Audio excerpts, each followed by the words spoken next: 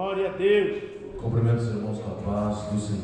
Amém. Glória a Deus. Amados irmãos, aproveitando que você está em pé, por gentileza, abra sua Bíblia na Epístola do Apóstolo Paulo aos Efésios.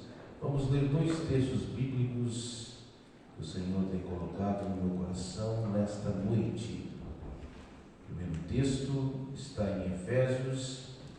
Depois vamos ler o segundo texto na segunda carta de Paulo aos Coríntios. Quero aqui agradecer ao pastor presidente, pastor Flávio, e também ao pastor Ademar, que nos recebeu tão bem ali no interior, e à igreja de modo geral, os obreiros. Prazer imenso estar aqui. Vamos ler primeiramente em Efésios, um texto muito conhecido da igreja, Efésios capítulo 6 e o versículo de número 16. Efésios 6 e 16. Quem achou, diga amém. Amém. Diz assim o texto bíblico, Efésios 6 e 16.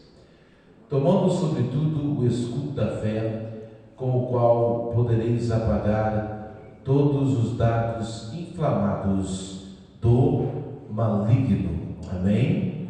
Agora, por gentileza, aproveitando que você ainda está em pé, abra sua Bíblia em 2 Coríntios capítulo 2 e versículo 11, que diz assim a palavra do Senhor: porque não ignoramos os seus ardis. Amém? Tome assento, por gentileza, nesta noite tão linda e maravilhosa que o Senhor tem nos dado pela sua infinita misericórdia. Amém?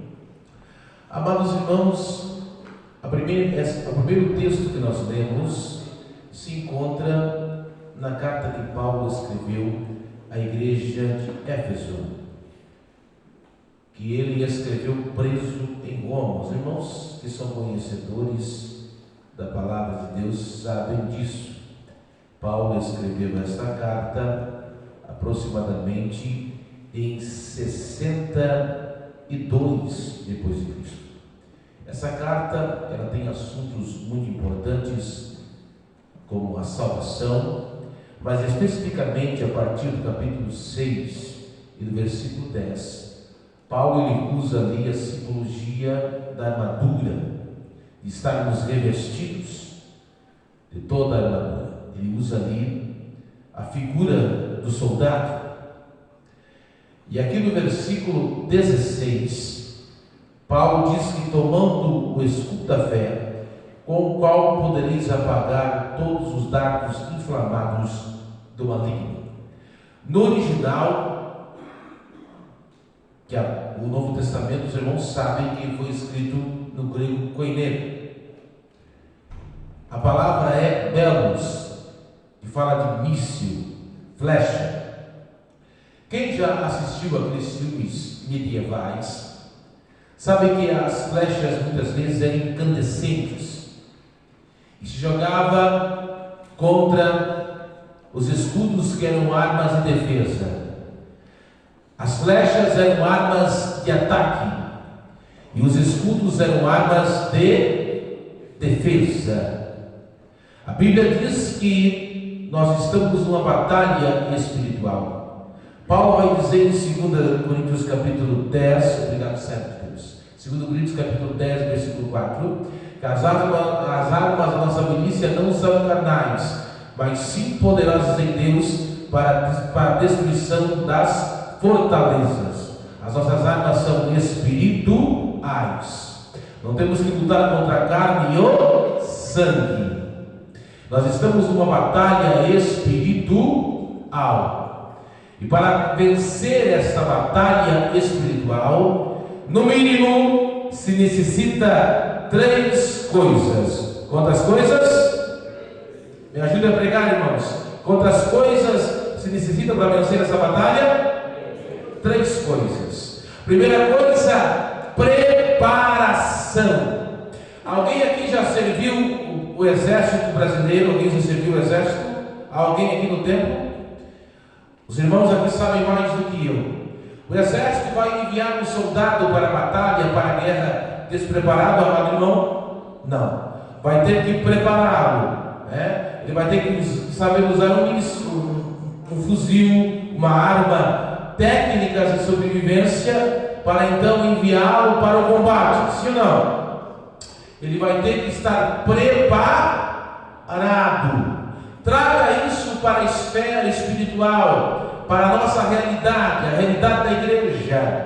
Haja vista que nós estamos numa batalha espiritual, evangelista Sandro, pastor Flávio. Da mesma forma, nós não podemos estar despreparados contra o nosso adversário. 1 Pedro capítulo 5, versículo 8: sede sóbrio e vigiai, porque o diabo, vosso adversário, anda em derredor, bramando como um leão, buscando a quem possa tragar. Nós precisamos estar sóbrios, vigiando e preparados nesta batalha espiritual.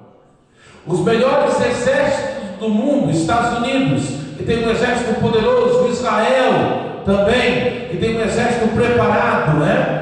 Tem soldados preparados, tem soldados treinados para não ser pego de surpresa. Assim a igreja também, para se evangelizar, para se pregar a palavra, precisa estar preparado, precisa se conhecer as doutrinas. Irmãos, me perdoe aqui, mas é claro que eu não vou fazer isso.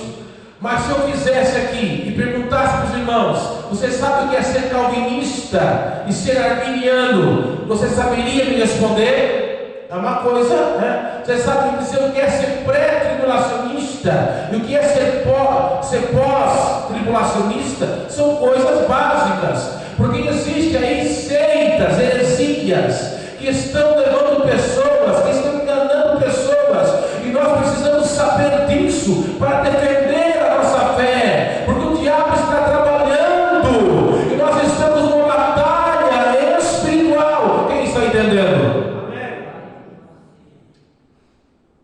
Isso é estar preparado. Segunda coisa, numa batalha espiritual, além da preparação, é armas. Para se vencer uma batalha, precisa de armas. Segunda Guerra Mundial, o Japão estava lutando nos Estados Unidos, estava resistindo. É claro que foi algo terrível, né? Foi algo trágico. Até recentemente agora, o filme que ganhou o Oscar, né? Como é que foi o nome agora? Sobre aquele cientista que inventou a bomba nuclear. Me ajuda agora a lembrar. Aquele cientista que inventou a bomba, né?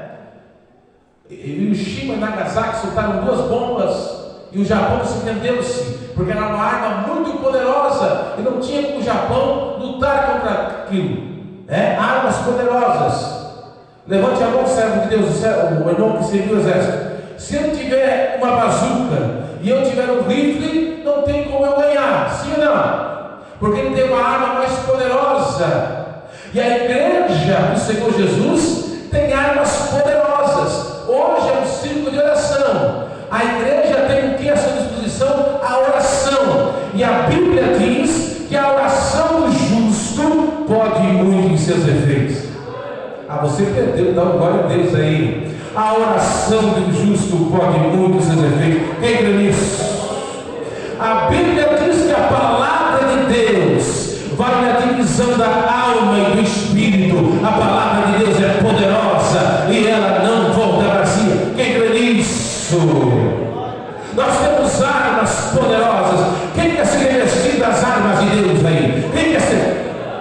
Armas poderosas para destruir as fortalezas do inimigo. E terceira coisa, estratégias. Existe uma guerra. O pastor Flávio sabe disso mais do que eu, os irmãos aqui, os obreiros, o evangelista Antônio, que é um grande pregador, Sandro também sabe disso, né? Roberto. A guerra do Vietnã, os Estados Unidos, um grande aparato militar, mas eles foram na Ásia, num país chamado Vietnã, e eles perderam os Vietcongs. Nós temos jovens aqui que sabem disso mais do que eu. E eles perderam para os Vietcongs com técnicas de guerrilha e conhecendo o território, usando estratégias, humilharam os Estados Unidos. ou seja, você pode vencer o inimigo mais forte usando estratégia. Levante a sua mão. Deus vai te dar estratégias, quem crê nisso, para vencer o inimigo. Agora eu tenho poucos minutos, mas quem quer ouvir a revelação de Deus? Deus tem uma revelação nesta noite. Deus me trouxe quantos quilômetros da Joinville à Bela Vista? São 4 horas de viagem. Deus me trouxe aqui para entregar uma revelação de Deus neste culto ao seu coração. Eu tenho uma revelação, eu saio da introdução para entrar no corpo do sermão nesta noite. Eu vou para o segundo texto. Vamos para o segundo texto. 2 Coríntios 2 e 11. Porque não ignoramos os seus ardis. No original a palavra noema, no original grego significa propósito vil. Agora, irmãos, uma vez um pregador, um grande congresso lá, até um grande, admiro muito o pregador, mas ele cometeu um erro. E às vezes nós cometemos erros, né? Dizendo que o diabo é burro. O diabo é burro, irmão? O diabo não é burro. Ele é uma criatura sagaz, inteligentíssima, mas usa a sua inteligência para o mal. Por isso a Bíblia diz em Efésios, quem está ouvindo? Quem está ouvindo? Pergunto para o seu irmão, você está entendendo? Eu não estou preocupado se você vai dar glória a Deus, aleluia. Eu estou preocupado se você vai comer a palavra e guardar a palavra no seu coração. Por isso a Bíblia diz em Efésios 4 e 27, não deis lugar ao diabo. Eu quero pregar nesta noite sobre vencendo as estratégias do inimigo. Vamos conhecer algumas estratégias que o inimigo tem, mas essas estratégias do inimigo vão cair por terra nesta noite. Quem crê? Quem crê? Quem crê? Esse é o tema da mensagem nesta noite. Vencendo as estratégias. Quem crê nisso? Santo? As estratégias do inimigo vão cair por terra nesta noite. Pastora Demara, as estratégias do inimigo vão cair por terra nesta noite. Vamos lá então? Se você quiser acompanhar na sua Bíblia, ou fique à vontade, apenas ouça como queira. Primeira estratégia do inimigo, Mateus capítulo 13 e versículo 19. Pregadores, eu culto em si, não. Deus me usa assim, é a multiforme graça de Deus. Cada um Deus usa de uma forma, Deus me usa assim. Mateus 13 e 19. Primeira estratégia do inimigo que ele usa muito. Vamos lá? Mateus 13 e 19. Assim diz o texto bíblico. Quem achou? Vejamos o texto, por gentileza. Mateus 13 e 19. Ouvindo alguém a palavra do reino, e não entendendo, vem o maligno e arrebata o que foi semeado no seu coração. Este é o que foi semeado ao pé do caminho. Aqui está a primeira estratégia do inimigo. Qual é, pregador? Roubar a palavra. A palavra é pregada, aí o inimigo vem e rouba a palavra. Isso é mentira. O pastor está falando, o pastor está pregando, o pregador está pregando, o missionário está pregando. Como é difícil, irmãos, ganhar uma alma muitas vezes, porque lá vem o inimigo e rouba a palavra. Não é verdade, irmãos? Quantas vezes você prega a palavra e vem o diabo ali e rouba? Quem já passou por essa experiência? Como se vence essa estratégia do inimigo? A Bíblia dá a resposta para essa estratégia maligna do diabo nesses dias difíceis que nós vivemos cair por terra. O salmista dá a resposta para destruir essa estratégia maligna. Onde está? Está no Salmo de número 119 e 11. Você conhece o texto, confere aí. Olha o que o salmista diz: escondi a tua palavra no meu coração, para não pecar contra ti. O inimigo quer roubar a palavra de Deus, mas ele não vai conseguir, irmão, porque eu escondi a palavra. Ele quer roubar a palavra, ele quer tirar a palavra dos nossos corações, mas não vai conseguir, irmão, porque a palavra de Deus está guardada aqui. Lá está Daniel, longe da família, na Babilônia, mas a sua mãe os seus pais enraizados. Isso aqui é tremendo, irmãos. Nós vamos estudar agora, né? Não sei se tem escola dominical aqui no campo, mas lá em Joinville, eu sou professor de escola dominical, e nós vamos estudar no trimestre que vem, Daniel na cova dos leões. Em Daniel capítulo 1 e versículo 8 diz: e Daniel propôs no seu coração não se contaminar com o manjar do rei. Por quê? Porque ele tinha sido ensinado desde pequeno. Ele estava longe de Jerusalém, ele estava longe dos seus pais, mas Deus estava no seu coração. A palavra de Deus estava no coração dele. O diabo não conseguiu roubar. Quem está ouvindo? O diabo não conseguiu roubar a palavra de Deus no coração dele. Se você ensinar, quem é pai e mãe aqui? Se você ensinar a palavra de Deus para o teu filho, para a tua filha, para o teu neto, lá no colégio, lá onde ele estuda, pode vir um professor ateu, pode vir a professora feminista, mas eles não vão conseguir, que coisa linda, irmãos, eles não vão conseguir tirar o teu filho, o teu neto da presença de Deus, porque a palavra de Deus vai estar enraizada no coração deles. Essa é a primeira estratégia do inimigo que cai por terra. Mas há uma segunda estratégia, está em Atos capítulo 5 versículo 3. Olha o que diz a Bíblia. Disse então Pedro a Ananias: por que encheu Satanás o teu coração para que mentisse ao Espírito Santo e retivesse parte do preço da herdade? Qual é a segunda estratégia do inimigo? Fazer o homem viver na mentira. Vivemos o tempo do fake news, né, irmãos? O tempo das seitas. Como a mentira tem crescido, irmãos? Como tem crescido as mentiras, o engano. Como vencemos essa estratégia? Está em João 8:32. E conhecereis a verdade, e a verdade vos libertará. Quem vive na verdade aí, irmãos? Toda mentira do diabo vai cair por terra em nome de Jesus. Diante da verdade, nenhuma mentira prevalece. Ei, Cabachuia, Manaia, Batoque, eu sinto a presença de Deus. Outra estratégia do inimigo. E essa, irmãos, eu vou me deter mais um pouco. Está em 1 Timóteo capítulo 4.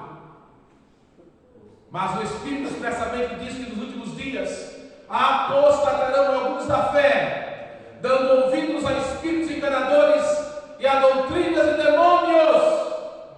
Que estratégia é essa, irmãos? A estratégia da apostasia. Eu estava ouvindo o pastor Paulo Romero, grande homem de Deus. Ele escreveu na década de 90, talvez o pastor Flávio leu o livro Super Crentes. Foi um livro que causou muito, na época, causou muita polêmica. Um livro que, na época, havia muitas heresias e nudismos, né? Paulo Romero, um homem muito usado na área apologética. E o pastor Paulo Romero estava, esses dias, comentando que nos Estados Unidos está crescendo o número de pastores agnósticos. Quem sabe quem é agnóstico aqui? Ele não crê e não descrê em Deus.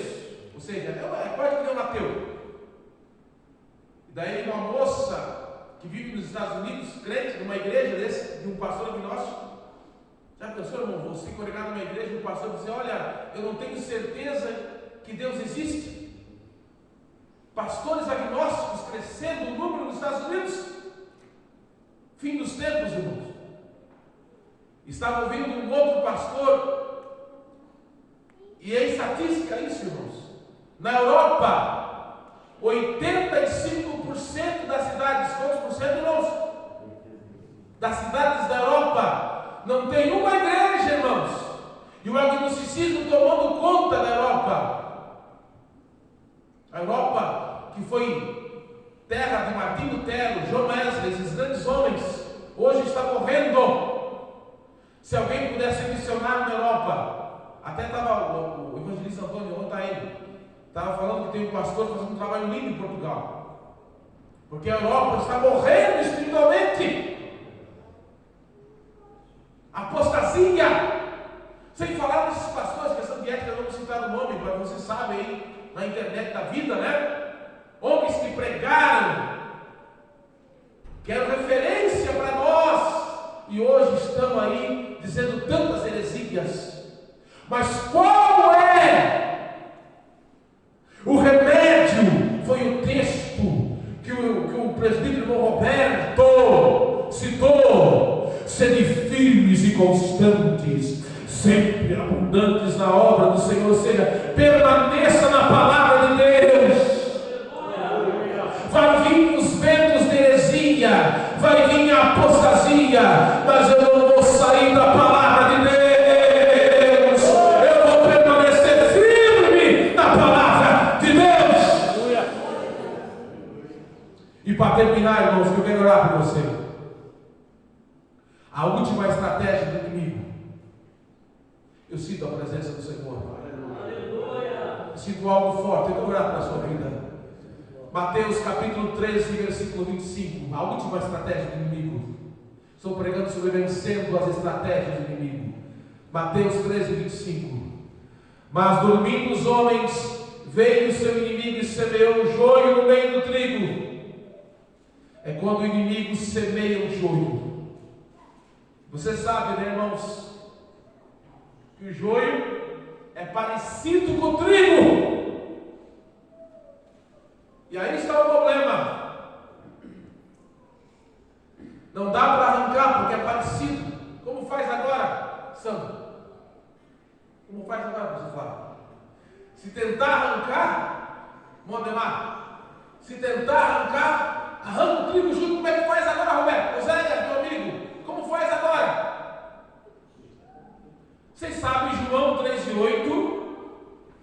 Pergunta para o irmão. Pergunta para ele, cara, eu não gosto muito de fazer isso, mas acho que em alguns momentos da pregação eu vou fazer. Não sou muito isso, mas acho que em alguns momentos dá. Se você quiser, mas pergunta para ele, se você sentir no coração, como é que faz agora? Porque se tentar arrancar, arranca o trigo junto. Como é que faz agora, nessa situação delicada? Aí eu me lembro, João 3:8 diz, e um dos símbolos do Espírito Santo é o vento. Um dos símbolos do Espírito Santo é o vento. E a plantação do trigo é coisa linda, né, irmãos?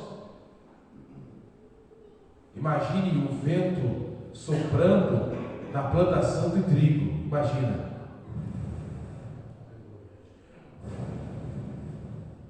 O agricultor fica vendo. O joio. Imagina o joio. O joio não se dobra. O vento vem, irmãos. O joio não se dobra. Mas o trigo, se você não glorificar agora, eu paro de pregar, está na hora de parar. Mas o joio, quando o vento sopra, não, o trigo, quando o vento sopra, o joio não. Mas o trigo, quando o vento sopra, o joio, quando o vento sopra, mas o joio, mas o trigo, quando o vento sopra, o joio não reconhece a voz do Espírito, mas o trigo reconhece a voz do Espírito. Quem tem ouvidos, ouça o que o Espírito diz às igrejas. Está chegando a hora da trombeta soar, e eu ainda sou e nunca vou deixar de ser pré-tribulacionista. Está chegando a hora da trombeta tocar. O joio vai ficar, mas o trigo vai ir para se encontrar com o Senhor Jesus nas nuvens. Quem é trigo aí? Quem é trigo aí? Se coloque de pé adorando. Se coloque de pé adorando. Se coloque de pé adorando.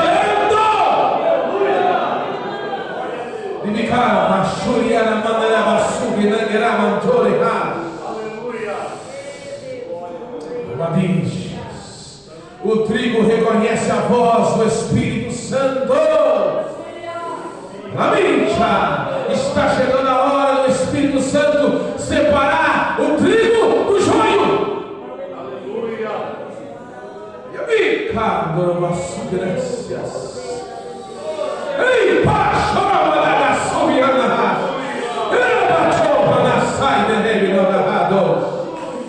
está chegando a hora do trigo separar, do Espírito Santo separar o trigo do joio. Está chegando a hora. Levante as suas mãos, vamos orar. Levante as suas mãos aos céus, vamos orar. Se tem alguém enfermo, você ouviu a voz do Senhor nesta noite. Glória! Deus falou nesta noite. Aleluia! O inimigo faz suas armadilhas, o inimigo faz seus ardis, ele prepara, mas o Senhor desfaz. Toda a armadilha do inimigo cai por terra nesta noite. Como cantava todo equipe na década de 90, Deus vai na frente quebrando o laço, Deus vai na frente desfazendo. Aí a se você sentindo aqui na frente, vamos orar nesta noite. Glória! Vem na frente, vem, vamos orar, vamos levantar um clamor nesta noite. Podem vir na frente, vamos levantar um clamor. Toda armadilha, toda a estratégia do inimigo cai por terra, em nome de Jesus. Aí a mamba, chorou managahai, tu dona sabe, né? Aleluia! Tu és fiel, Senhor.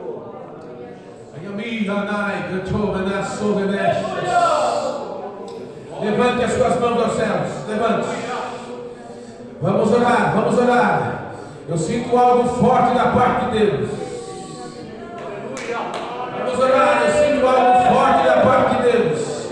Toda a estratégia do inimigo, todo laço do passarinheiro, toda a armadilha, todo ardil, todo propósito vil, todo moema cai por terra, em nome do Senhor Jesus.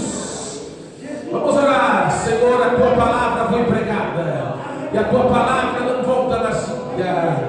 Oh, vai operando agora, Senhor, vai quebrando as armadilhas, vai quebrando todo o laço, Senhor, do passarinheiro, vai agindo agora, toda a estratégia, vai operando agora, Senhor, os teus filhos, vai tocando agora nas vidas, Senhor, vai tocando agora, em nome de Jesus, em nome de Jesus, em nome de Jesus, em nome